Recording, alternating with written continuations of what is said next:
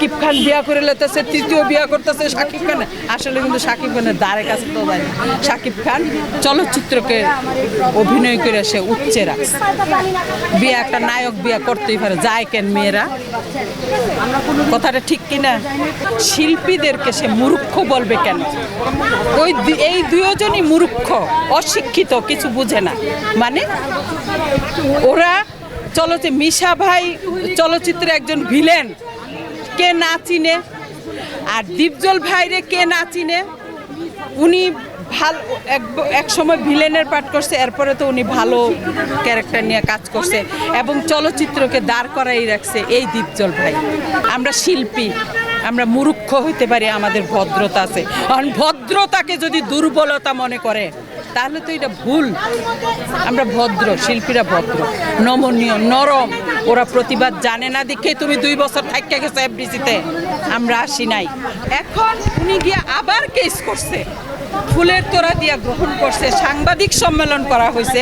এখন আবার কেন উনি কেস করবে? আমার প্রশ্ন হলো এটা, কেন কেস করবে?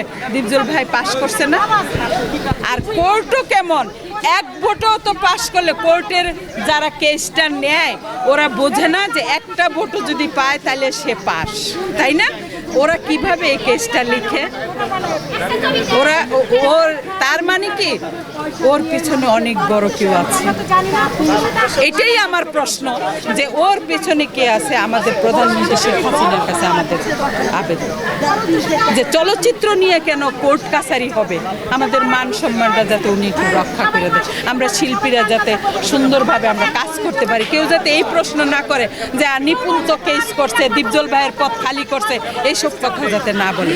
দীপজল ভাই একটা ভালো মানুষ, উনি সবার পাশে দাঁড়ায়। আমি সেটা আবার অন্যান্য জায়গায় বলছি, উনি আমাদের প্রধানমন্ত্রী শেখ হাসিনাও যদি ওনাকে পাশে রাখে দেশের জন্য ভালো। এই যে নিপুণ আক্তার যে ফুলের মালা পরিয়ে যে মামলাটা করেছেন, তিনি বলেছেন, তিনি অভিযোগ এনেছেন যে শিল্পী সমিতি নির্বাচনের দিন রাত অনেক মদ খাওয়া হয়েছে। আপনারাও তো ছিলেন, ভোট দিয়েছেন, তাকে জয়যুক্ত করেছেন। এর বিষয়গুলো কি আপনাদের চোখে পড়েছে?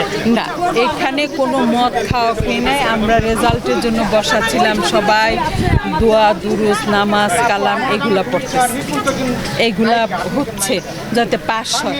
আর দীপজল ভাই তো পাস করবে। এটার মধ্যে কেন এগুলা মদ খাওয়া কি হবে? এগুলা কেন হবে? কে মদ খাবে?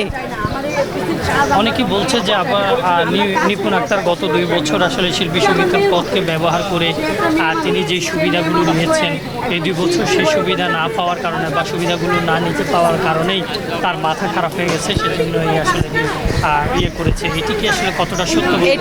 এটা মনে করে না পাওয়ার জন্য না, ও পাইছে। যার দরুন মানে ও এখানে তো বসছে, ও তো যা যা করার করণীয় করছে। হ্যাঁ, এই জন্যই তো এখন আবার সে এই কেস করছে, আবার থাকার জন্য এই চেয়ারে, মানে সুবিধা নেওয়ার জন্য। হ্যাঁ, এটা হলো ওর ব্যক্তিগত ব্যাপার, ওইটা আমি বলতে যাব না। এটা মানুষ জানবে, এটা সাংবাদিক ভাইরা জানবে। এর আগেও তো সাংবাদিক ভাইরা অনেক ফাইট করে ওর পক্ষে ধরে এগুলা করছে, করে আমরা কিন্তু আসি নাই। আমরা জানি যে কি হইতেছে, ও কি করবে। এই যে নিপুণ আক্তার, যিনি তাকে এফডিসিতে এনেছেন বা সিনেমা জগতে এনেছেন, তার বিরুদ্ধে মামলা করেছেন, এতে আপনাদের সিনিয়র শিল্পী যারা রয়েছে তাদের আসলে সম্মানে কতটা আঘাত লেগেছে? আমাদের অনেক আঘাত লাগছে। কেন? আজকে এই দীপজল ভাইকে যদি আঘাত করা হয় তাহলে দীপজল ভাইকে আর আসবে? এখনই তো বলে যে না আমি যাবো না, ওনার মনটা ভেঙে গেছে। কেন? আমরা চাই দীপজল ভাই আসুন। আমরা সাংবাদিক ভাইদের কাছেও বললাম, প্রধানমন্ত্রী শেখ হাসিনার কাছেও আমাদের আবেদন যে আমরা দীপজল ভাইকে চাই। আমরা ক্ষমতাধর মানুষ চাই না, আমরা রাজনীতি চাই না আমাদের এফডিসিতে। আমাদের বঙ্গবন্ধুর সম্পদ এটা আমরা সম্মানভাবে রাখতে চাই। আমরা কেস খামারি করে এফডিসিতে রাখতে চাই না। আচ্ছা, নিপুণ আক্তারের কি এমন শক্তি যে শক্তির কাছে যারা শিল্পী সমাজ রয়েছে 570 জনই আসে বলা যায় বরণ করে নেওয়ার মতো একটা অবস্থায় পরিণত হয়েছে? এটি কি এমন শক্তি আপনারা মনে করছেন? আর এটি বা কেন নিপুণের মতো একজন মামলা করেছে, আপনারা বলছেন সেটি যৌক্তিক মামলা নয়, তারপরও কেন আপনারা সরে যেতে চাচ্ছেন বা এটির বিরুদ্ধে আসলে প্রতিবাদটা কি আপনার? ওর কেউ না কেউ ইন্ধন দিচ্ছে। আনলে কোর্ট কাছারি কেন পাশ করছে যে জায়গায় 17 ভোট বাড়াইয়া ডিপজল ভাই পাশ করছে, এই কেস কিভাবে লিখে আপনি বলেন? এটাই তো আমার প্রশ্ন। এই কেস কিভাবে, জায়েদও তো পাশ করছিল, এই কেস কিভাবে লিখলো এবং 2 বছর সে চালায়া গেছে? শক্তি না থাকলে অবশ্যই শক্তি আছে। এই একজনের শক্তির কাছে আপনারা 570 জন পরাজিত হবে। এখন আসছি ডিপজল ভাই মিশা ভাইকে মূর্খ বলছে, অশিক্ষিত বলছে। শিল্পীদেরকে কেন এটা বলবে? তুমি 2 বছর থেকে গেছো, আমরা কেউ আসি নাই তোমার পাশে, তুমি কেন ওদেরকে মূর্খ বলবা? ডিপজল ভাই কি না করে তুমি মূর্খ বলবা কেন? তোমার কি অধিকার আছে, কি রাইট আছে? তুমি তোমার ক্ষমতা দেখাও, এফডিসির বাইরে দেখাও, কিন্তু শিল্পীদের মাঝে না। এবং শিল্পীদেরকে নিয়ে তুমি এই বাজে কমেন্ট করতে পারো না। একটি বিষয় উঠে এসেছে যে ডিপজল ভাই নাকি নির্বাচনের আগে একটি জায়গায় গিয়ে ঢাকা থেকে একটু দূরে গিয়ে টাকা পয়সা দিয়ে আসলে ভোটগুলো কিনেছে, এটি আসলে কতটা সত্য? আপনারা যেহেতু রাতের 1টা পর্যন্ত ইস্কাটনে আমরা বসা, আর গুলশান নিপুণে সবার হাতে টাকা দেয়, এগুলো ওদের মোবাইলে আছে। হ্যাঁ, আমরা ওখানে বসা, ইলেকশন বন্ধ করে দিতেছে নিপুণ। আমরা বলছি ডিপজল ভাই আপনি তো অসুস্থ, আপনি কোনো টেনশন, আমরা শিল্পীরা রাস্তায় নেমে যাব, আপনি কোনো টেনশন করেন।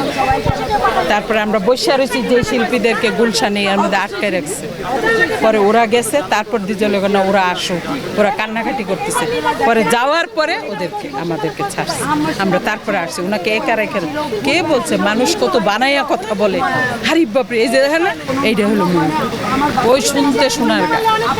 এখন আপনাদের যে দাবি আপনাদের রয়েছে, সে দাবি যদি আদায় না হয় তাহলে আপনারা পরবর্তী পদক্ষেপ কি নেবেন? আমরা এখন অপেক্ষা করব ডিপজল ভাই সদস্যপদ ফিরে পাবে, কারণ সে পাশ করছে, আমাদের রাইট এটা বলার।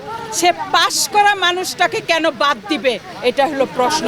তারপরে তো আরও শিল্পীরা সবাই আন্দোলনে নামবে, এটা তো স্বাভাবিক, এটা নামার কথাই, তাই না? এটা তো অবশ্যই নামবে না? তাইলে উনি পাশ করছে, নিয়ম নীতি ছাইরা উনাকে মূর্খ এইসব বলবে, আবল তাবল বলবে, উনাকে কেসে কোর্ট উনাকে গ্রহণ করবে? এটা কোন ধরনের কোর্ট?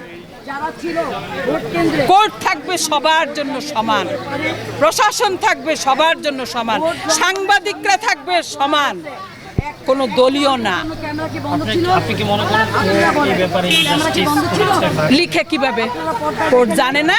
17 বোর্ডে পাশ করছে, নিপুণ এত বোর্ডে, আর উনি এত বোর্ডে পাশ করছে, জানেন এই কোর্টটা এই কেসটা লিখে কিভাবে? আমার প্রশ্ন এটা, আমার এটাও ওনার কাছেও প্রশ্ন, প্রধানমন্ত্রী শেখ হাসিনার কাছেও প্রশ্ন।